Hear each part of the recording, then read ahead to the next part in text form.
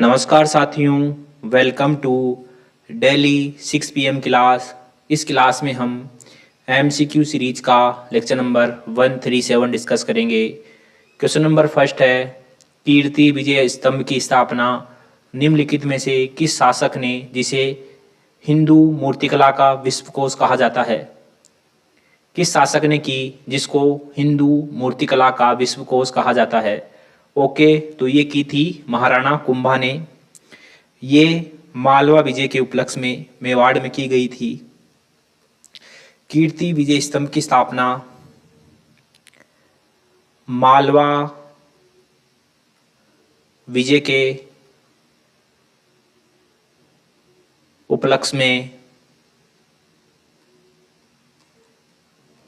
मेवाड़ में की गई थी। मेवाड़ में की गई थी। ओके। पृथ्वीराज चौहान, तो ये चौहान वंश के राजा थे। कृष्णदेवराय विजयनगर साम्राज्य के राजा थे। और शेरशाह सूरी, इन्होंने हुमायूं को हराकर सूर वंश की स्थापना की थी।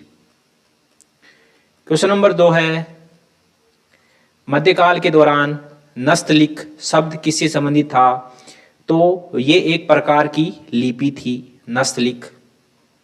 ओके, इस लिपि के बारे में थोड़ा बहुत और जान लेते हैं कि ये राइट से लेफ्ट लिखी जाती थी, राइट टू लेफ्ट, यानी कि ये राइट है तो इससे इस साइड लिखी जाती थी ये लिपि।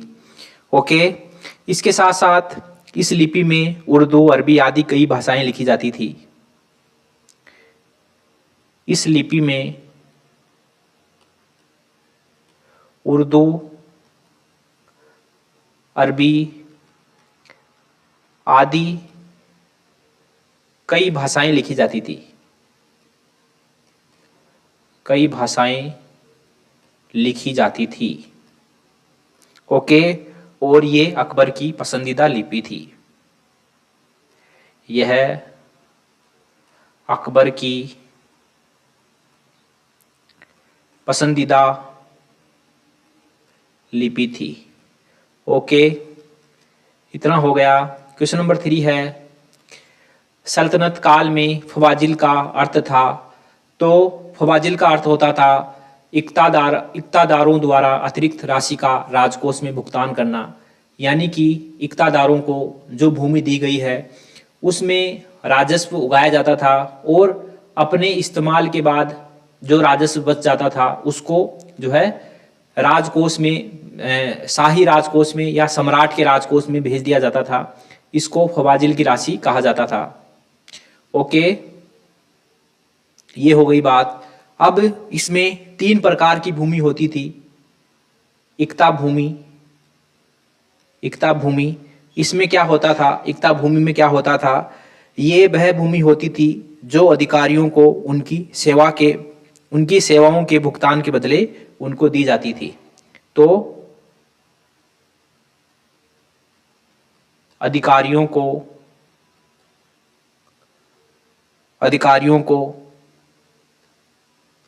उनकी सेवा के बदले दी जाती थी। तो ये एकता भूमि हो गई। ओके, इसके अलावा एक होती थी खालिसा भूमि। तो इस भूमि का सारा भू राजस्व राजा के पास आता था, सम्राट के पास आता था, सुल्तान के पास आता था। ओके, तो इसका राजस्व सीधा सुल्तान के पास आता था।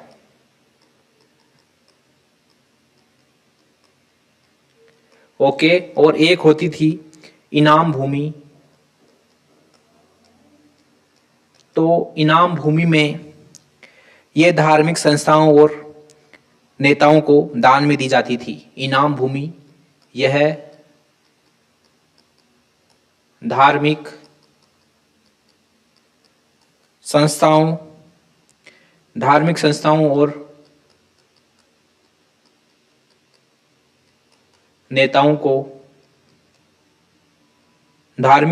और नेताओं को दान में दी जाती थी। ओके, तो ये 3 प्रकार की भूमि होती थी। क्वेश्चन नंबर 4 है, निम्नलिखित स्थापत्यों को उनके निर्माण काल के अनुसार व्यवस्थित कीजिए। तो तुगलकाबाद का किला, इसका निर्माण करवाया था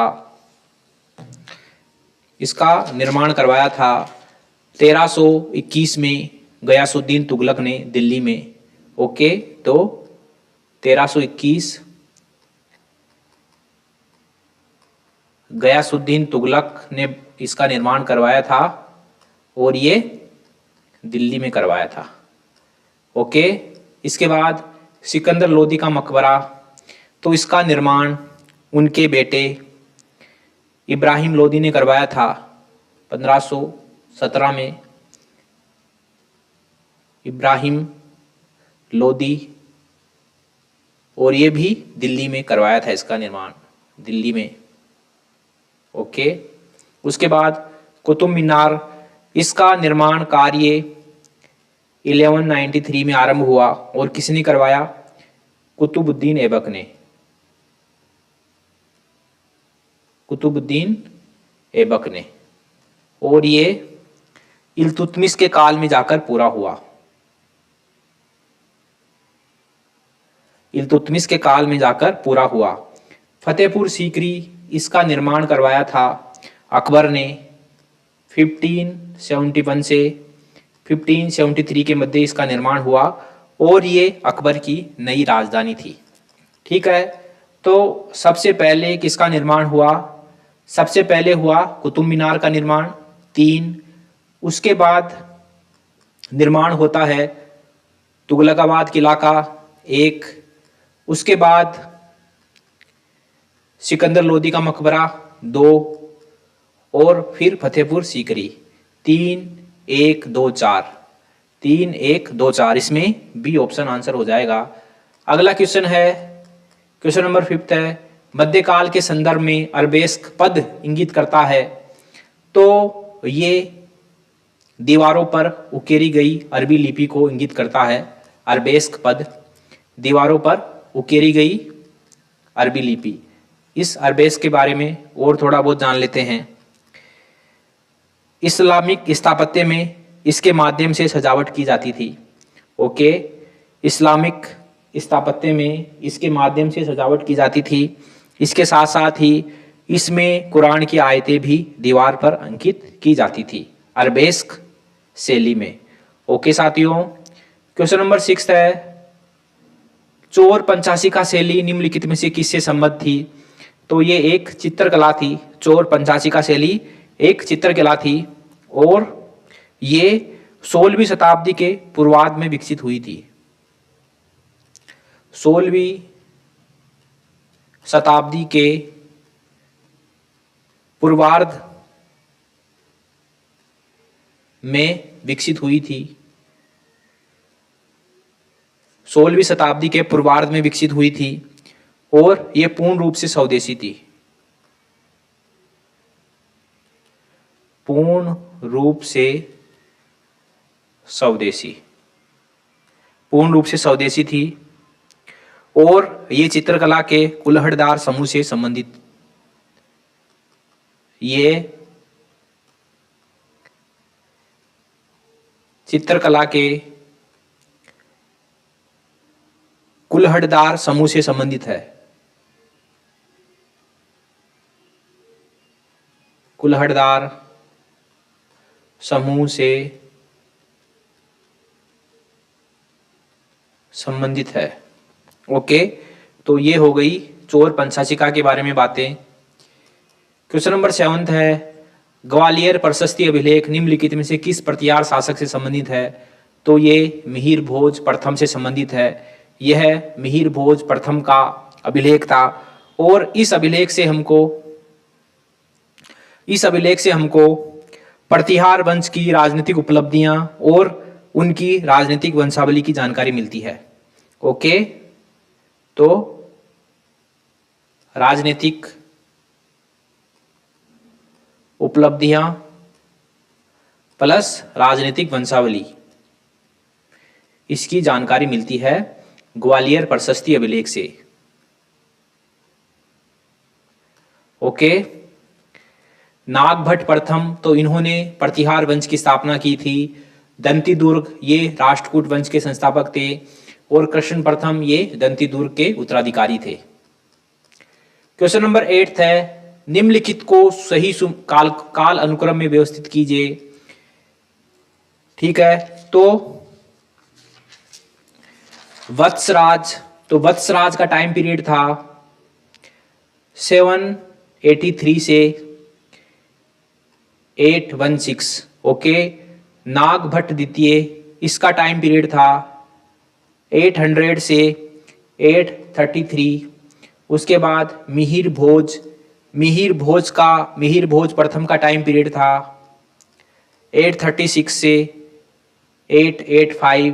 और नागभट्ट प्रथम जो कि प्रतिहारों के संस्थापक थे, इनका टाइम पीरियड था 730 से 756। तो सबसे पहले आएंगे 4, उसके बाद आएंगे 2,